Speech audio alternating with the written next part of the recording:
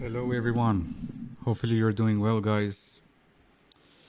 Just want to share insights as I believe we're witnessing very interesting times in the global economy space. There's a lot, as you all know, guys, there's a lot of discussion about the looming recession.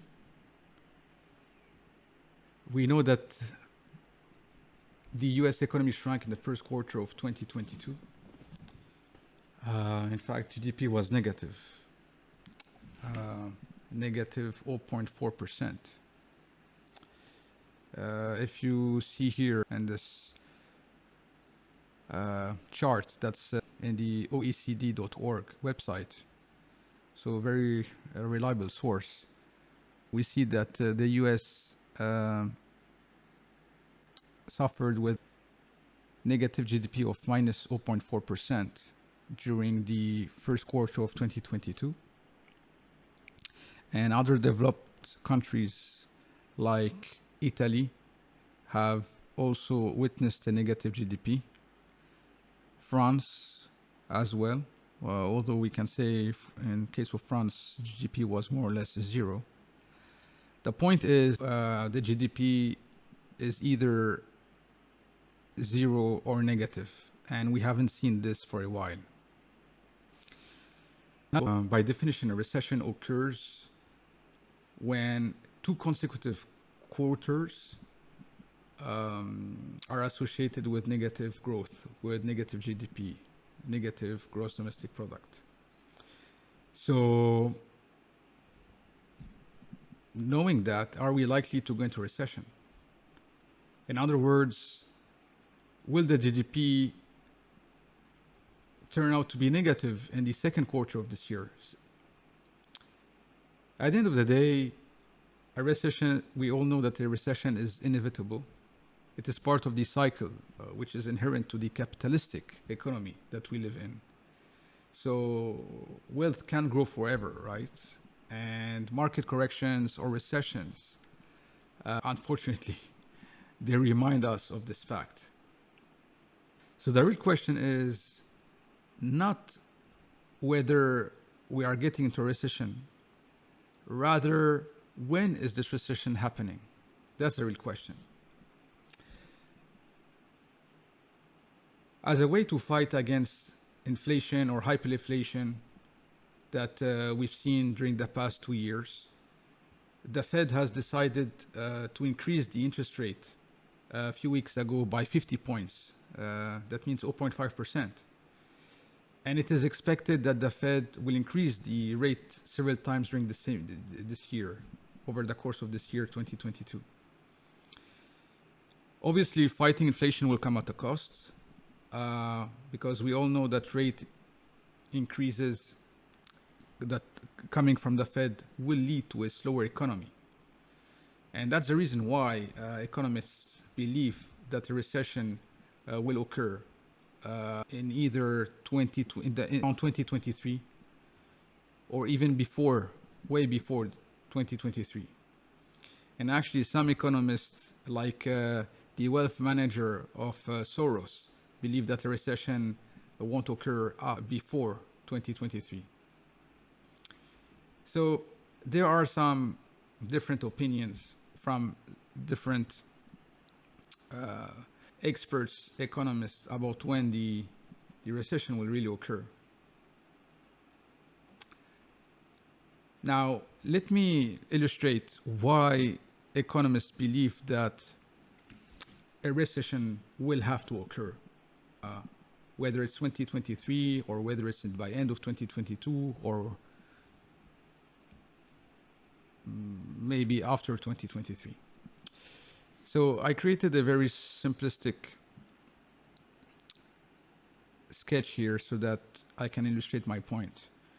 As of now, as of today, we are in this scenario on the left, where we have relatively low rates and high inflation. All right.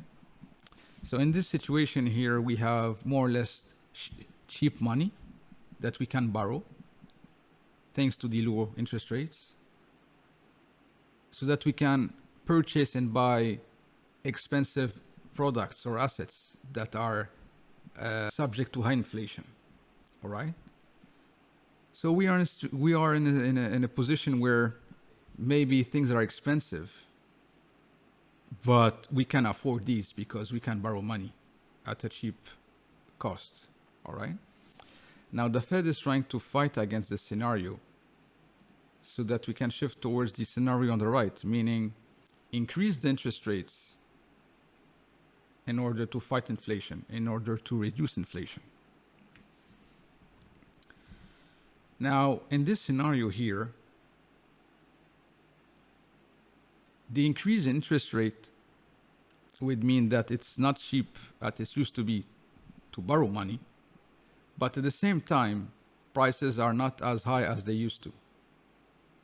And by prices, I mean prices of commodities, raw material, whatever, rice, wheat. So it is true that it's expensive to borrow money, but things are becoming more affordable. Okay? This is what the Fed is trying to get into. Now, what's the risk? The risk is, what if the Fed does not manage to reduce the inflation while increasing the interest rates? In that case, we will be in this case scenario here. And that's the no-go zone. Why is that? Because in this scenario here, it will be expensive to borrow money. And on top of this, things are quite pricey. The prices of commodities or any other product are heavily inflated. So I reduce my purchase power because prices of products or assets are expensive. And on top of this, I cannot borrow money because it will cost me a lot. So in this situation, really, households will be willing to spend less to save more. Spend less means corporates will have to report lower earnings. Lower earnings means a slowdown economy. So whether the recession will occur in 2023 or by end of 2022 or by end of 2023 or beyond will depend on how successful will be the Fed in fighting against inflation by increasing the rates. And I think with the current geopolitical situation today, in terms of the Ukraine-Russia war or the food shortage that the world is witnessing, with some shortage of wheat, of rice, of fertilizers, it wouldn't be insane to believe that there's a likelihood that the Fed will not be able to fight against inflation. Because with food shortages, with issues in the supply chain that we're suffering with China, we will be definitely in a situation where supply could be lower than demand. In conclusion, the pace of slowing the economy will depend on how successful the Fed will be in fighting against inflation. Finally, I just want to conclude. We can see if we focus on the SPY ETF, this S&P 500, we had dead cat bounce situation. So if we look at the stock market, we can see that starting from end of May till today, the first or second of June, prices were really on the downtrend. And yesterday only we witnessed I think a dead cat bounce situation. The price rebounded slightly, and that's due to the fact that stocks were really oversold. Likewise, if we focus on Bitcoin,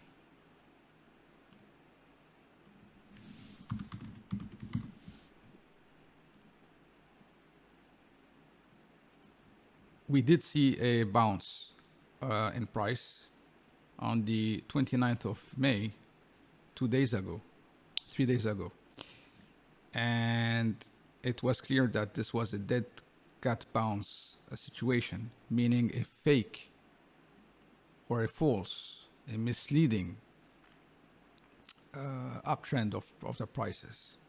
And now we are going back downwards. So what does this tell us? This tells us that investors are cautious. They don't know where we're heading. They know a recession is nearby. So everyone is on the fence watching what's happening. Okay.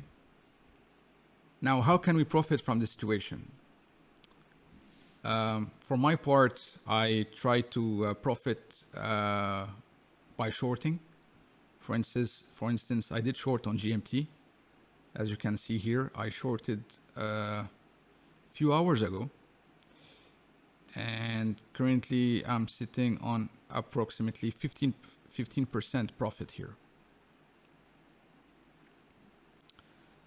Likewise, on Avalanche, I'm sitting on approximately 10%, 11% profit. I did short on KDA as well, and I'm sitting on approximately 10%. And finally, Solana, that dumped heavily as well. I'm sitting on approximately 12% profit. And again, I think whoever is used to short, this is the time where you can make money. I don't see prices pumping anytime soon. Prices will more or less consolidate, whether you're in the stock market or in the crypto space. And I think this will be the case for a while. All right. Hopefully you guys enjoyed this video. We are average, but we are average people in transcendence, learning more, getting wiser, stronger, faster, day by day. Thank you very much, and talk to you soon. Thank you.